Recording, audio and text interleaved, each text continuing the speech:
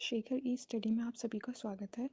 प्रिय विद्यार्थियों, हमारे इस ऑनलाइन इंस्टीट्यूट के माध्यम से आप सभी को गणित और हिंदी विषय का आधारभूत तरीके से अध्यापन कराया जाता है, जिसमें कहीं अगर थोड़ी बहुत त्रुटि हो जाती है तो उसके लिए हम क्षमा प्रार्थी हैं और इस संबंध में आपके सुझाव आमंत्रित हैं। धन्यवाद। हेलो दोस्तों, मैं शेखर स्वागत करता हूं आपका अपने YouTube चैनल शेखर ई स्टडी पॉइंट पर। दोस्तों, सामान्य हिंदी की कक्षाएं चल रही है जिसमें हम विकारी शब्दों का अध्ययन कर रहे हैं। ठीक है, अगर इसके पहले के पार्ट में अगर आप देखेंगे तो मैं आपको एक रिकॉल करा देता हूं कि हम शब्द रचना का अध्ययन कर रहे थे, जिसको 5 प्रकार से विभाजित किया था मैंने। उसमें ये चौथा प्रकार चल रहा है, वो विकार और बनावट के आधार पर। इसको भी मैंने 2 प्रकार से विभाजित किया था, विकारी शब्द, अविकारी शब्द। विकारी शब्द को पढ़ रहे हैं, ऐसे शब्द जिसमें लिंग वचन काल कारक का प्रभाव पड़ता है उन्हें विकारी शब्द कहते हैं। विकारी शब्दों में आपके संज्ञा, सर्वनाम, क्रिया और विशेषण आते हैं। ठीक है, हम संज्ञा का अध्ययन कर चुके हैं, सर्वनाम आपका चल रहा है। सर्वनाम को हमने 6 प्रकार से विभाजित किया था और मैंने बताया था कि कांता प्रसाद गुरु या एनसीईआरटी 6 प्रकार के सर्वनामों को मान्यता देती है। हालांकि भोलानाथ तिवारी जी ने एक और सर्वनाम बताया था, संयुक्त सर्वनाम, जिसे 7वां सर्वनाम के तहत गिना जाता है, लेकिन वो आपकी परीक्षाओं के लिए बहुत महत्वपूर्ण नहीं है।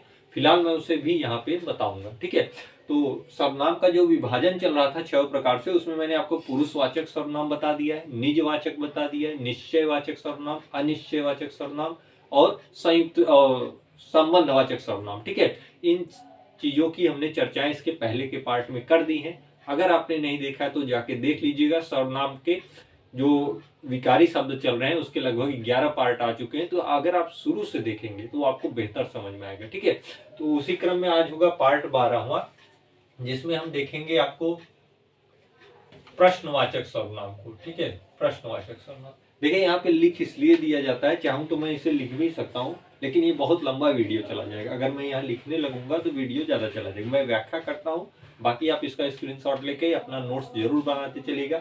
एकदम जैसे जैसे लिखा है उसी तरीके से आप नोट्स बनाइएगा। ठीक है, तो प्रश्नवाचक सर्वनाम आज का होगा आपका 5वां भाग है इसका। इसके बाद एक और बचा है 6वां भाग, उसे भी पढ़ लेंगे। ठीक है, सॉरी, ये 6वां भाग है। 5 भाग हो चुका है। पुरुषवाचक सर्वनाम हो चुका है, निजवाचक हो चुका है, निश्चयवाचक, अनिश्चयवाचक, संबंधवाचक, 5 प्रकार से हो चुके हैं। ये 6वां है प्रश्नवाचक सर्वनाम। और एनसीईआरटी और सॉरी कांता प्रसाद गुरु के अनुसार 6 प्रकार का सर्वनाम विभाजन यही है। ठीक है, ये आपकी परीक्षाओं की दृष्टि से महत्वपूर्ण है, इसे आप जरूर पढ़ते चलिएगा। तो प्रश्नवाचक सर्वनाम नाम से यह स्पष्ट है, ऐसे सर्वनाम जिसमें जिनके शब्दों के माध्यम से प्रश्न पूछा जाए वहां पे प्रश्नवाचक सर्वनाम होगा। ठीक है, जिन सर्वनाम शब्दों के माध्यम से प्रश्न पूछा जाता है, मतलब ऐसे सर्वनाम शब्द आपको उस वाक्य में मिलेंगे जिनसे आपको प्रश्न पूछने का बोध होता है। जैसे तुम कहाँ जा रहे हो, तो क्या है, प्रश्न पूछा जा रहा है। कहाँ, ये ऐसा सर्वनाम शब्द है जिसके माध्यम से प्रश्न पूछा जा रहा है प्रत्यक्ष रूप से कि तुम कहाँ जा रहे हो। ठीक है, अगर मैं कहूं मुझे पता है कि वह कहाँ गया होगा, ये अप्रत्यक्ष रूप से प्रश्न में बता रहा हूं। ठीक है, पूछ रहा हूं, मुझे पता है कि वह कहाँ गया होगा। ठीक है, या प्रत्यक्ष रूप से अगर मैं पूछूं कि तुम कहाँ गए हो, तो ये प्रत्यक्ष रूप से प्रश्न है। ठीक है, तो प्रश्नवाचक सर्वनाम जिन सर्वनाम शब्दों के माध्यम से प्रश्न पूछा जाए वहां पे प्रश्नवाचक सर्वनाम होता है। अच्छा, आपको कौन कौन से शब्द मिलेंगे, क्या, कौन, किसका, इस तरीके के शब्द अगर वाक्यों में आपको मिलेंगे तो वो प्रश्नवाचक सर्वनाम होता है। जैसे मैंने लिख दिया है क्या, कौन, किसे, किसका, ये सब क्या है, प्रश्नवाचक सर्वनाम के शब्द हैं। ठीक है, ये आपके वाक्यों में मिलेंगे। जैसे आप उदाहरणों के माध्यम से समझने का प्रयास करिएगा। वहां कौन बैठा है, देखिए कौन शब्द आया है, ये प्रश्नवाचक सर्वनाम है। वहां कौन बैठा है, तो वहां कौन बैठा है मतलब क्या, प्रश्न पूछा जा रहा है प्रत्यक्ष रूप से, वहां कौन बैठा है। ठीक है, अगर ऐसा वाक्य आया तो आप देखिए कौन आया, तो ये क्या है, प्रश्नवाचक सर्वनाम का उदाहरण है। राम ने कल क्या खाया था, राम ने कल क्या खाया था, फिर प्रत्यक्ष रूप से पूछा जा रहा है कि राम ने कल क्या खाया था, देखिए प्रश्नवाचक सर्वनाम आया है क्या। ठीक है, मुझे आश्चर्य है कि ये जूते किसके हैं, मुझे आश्चर्य है कि ये जूते किसके हैं, ये भी प्रश्नवाचक सर्वनाम ही है, लेकिन ये अप्रत्यक्ष रूप से कहा जा रहा है कि मुझे आश्चर्य है यह जूते किसके हैं। तो किसके हैं, मुझे आश्चर्य है जूते किसके हैं, ये भी है, अप्रत्यक्ष रूप से प्रश्न है। तो यहाँ भी क्या है, प्रश्नवाचक सर्वनाम। देखिए ऐसे ही उदाहरण में आपको फंसाया जाएगा, आप उसी में कंफ्यूज रहेंगे, आपका समय चला जाएगा। ठीक है, तुम वहां क्यों गए थे, देखिए प्रत्यक्ष रूप से क्यों, इसे तो आप सीधे सीधे पहचान जाएंगे। लेकिन ये वाक्य जब आप पढ़ेंगे तो आपको खुद अनुभव होगा कि ये प्रश्नवाचक के अंतर्गत आएगा और ये अप्रत्यक्ष रूप से पूछा गया प्रश्न। मोहित जानता है कि विजेता कौन है, तो ये भी क्या है, प्रश्नवाचक सर्वनाम है। ठीक है, क्या आप जानते हैं कि यह क्या है, क्या आप जानते हैं यह क्या है, ये भी अप्रत्यक्ष रूप से पूछा गया है, लेकिन ये क्या है, प्रश्नवाचक सर्वनाम का उदाहरण है। तो प्रश्नवाचक सर्वनाम में बहुत कुछ है नहीं, बस आप इसके शब्दों से ही जान जाएंगे कौन क्या किसे किसका, इस तरीके के प्रश्न आएंगे। ठीक है, तो वो प्रश्नवाचक सर्वनाम होगा। तो सर्वनाम के जो है 6 प्रकार यहाँ पे कंप्लीट होते हैं। ये जो 6 प्रकार मैंने आपको बताया है, निजवाचक पुरुषवाचक से शुरू करके पुरुषवाचक, निजवाचक, निश्चय, अनिश्चय, संबंध और प्रश्नवाचक। ठीक है, तो इनको आप बहुत बेहतर तरीके से तैयार करिएगा, प्रश्न आपके मोस्टली यहीं से बन जाएंगे। ठीक है, सर्वनाम के मैंने इन सारी चीजों को उदाहरण के साथ व्याख्याएं की है, आप उसे नोट्स में लिखते चलिएगा और एक एक को ध्यान से पढ़ते चलिएगा। अब देखिए, एक आपका जो बचा है समुच्चय, उसको संयुक्त सर्वनाम। ठीक है, संयुक्त सर्वनाम जिसे भोलानाथ तिवारी जी ने 7वां सर्वनाम माना है, संयुक्त सर्वनाम। हालांकि ये बहुत महत्वपूर्ण नहीं है, एनसीईआरटी के अंतर्गत ये नहीं आता। जो एनसीईआरटी जिसको वैध मानता है 6 प्रकार के सर्वनामों को, उससे ये इतर है। ये भोलानाथ तिवारी जी ने इसे दिया है संयुक्त सर्वनाम को। ठीक है, तो आइए देखते हैं कि संयुक्त सर्वनाम क्या है।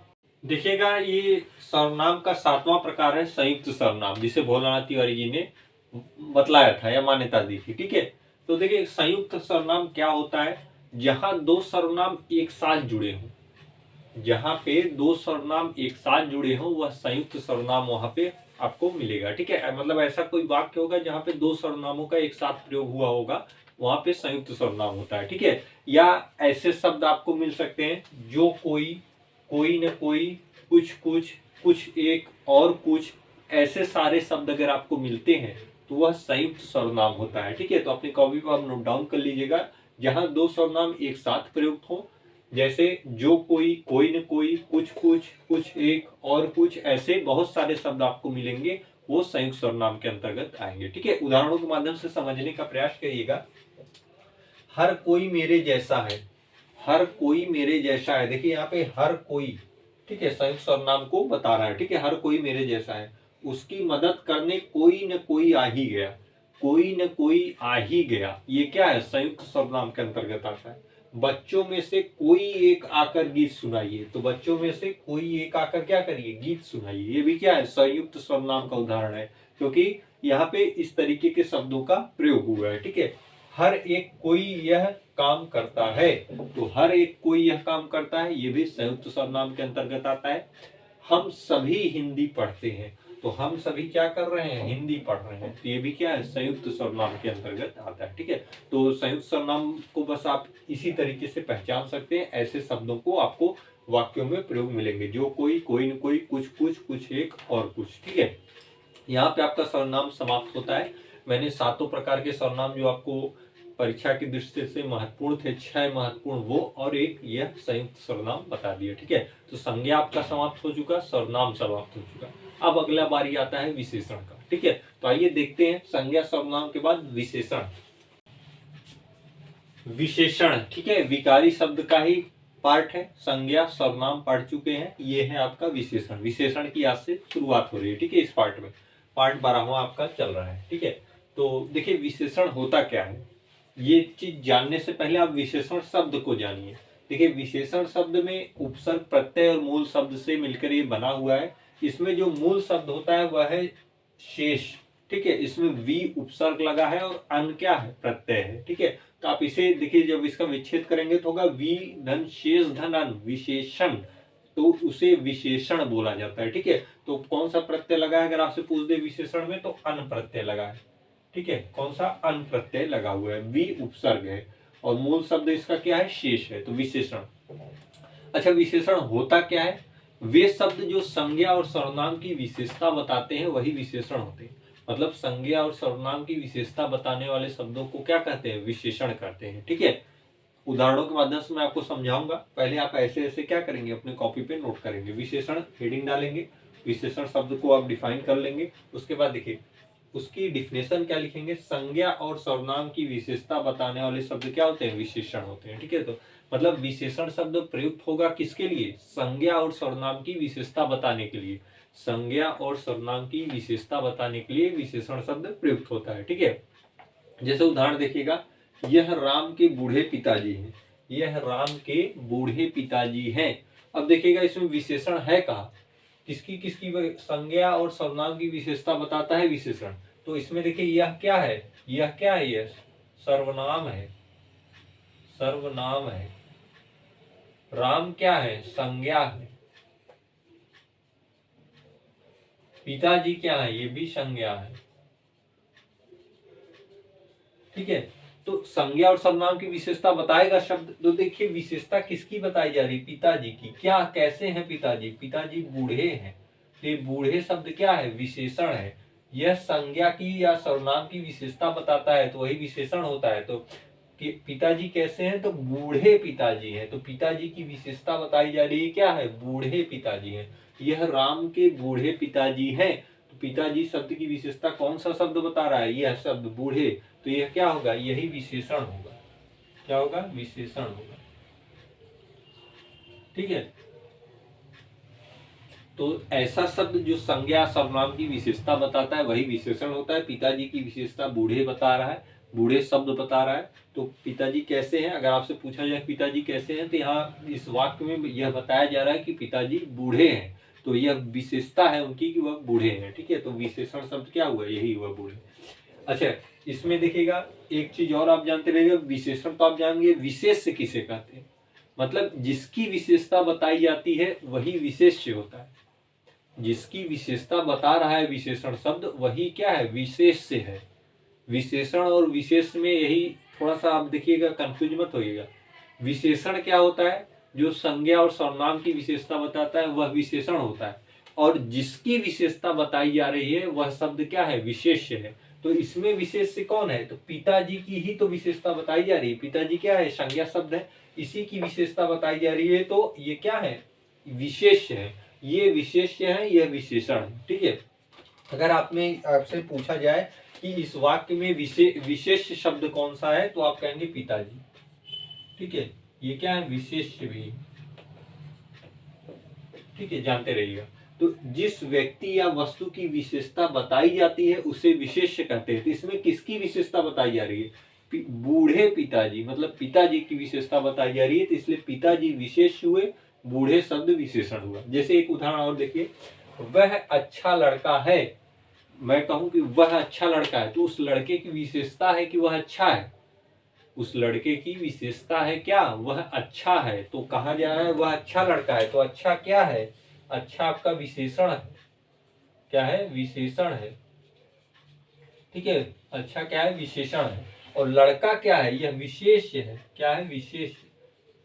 कैसे विशेष है, क्योंकि कहा है ना कि जिस व्यक्ति या वस्तु की विशेषता बताई जाती है उसे ही विशेष कहते हैं। तो लड़के की विशेषता बताई जा रही, लड़का कैसा है, लड़का अच्छा है। तो लड़का क्या हुआ, विशेष हुआ। अच्छा शब्द क्या हुआ, विशेषण हुआ। संज्ञा सर्वनाम है, लड़का क्या है, संज्ञा के अंतर्गत आता है, जाति है इसकी। तो लड़के की विशेषता क्या है, अच्छा है। तो इसीलिए अच्छा शब्द क्या है, विशेषण है। लेकिन किसकी विशेषता बताई जा रही है, इस लड़के के बारे में कहा जा रहा है। लड़के के बारे में कहा जा रहा है कि लड़का अच्छा है, इसलिए लड़का शब्द क्या है, विशेष है। ठीक है, तो आप विशेषण को जान गए। संज्ञा सर्वनाम की विशेषता बताता है वही विशेषण होता है। और जिसकी बारे में कहा जा रहा है अर्थात जिसकी विशेषता बताई जा रही है वही क्या है, विशेष्य है। ठीक है, तो विशेषण में आज शुरुआत है, फिलहाल इतने पे रोकते हैं। आगे हम विशेषण का विभाजन से शुरू करेंगे, वहां से आपके प्रश्न महत्वपूर्ण बनते हैं। ठीक है, बाकी इन सारी चीजों को समझ के अपने कॉपी पर लिख लीजिएगा जैसे जैसे बताया गया है। ठीक, तो पार्ट 12 यहीं पे समाप्त करते हैं। आज के भाग में फिलहाल इतना ही।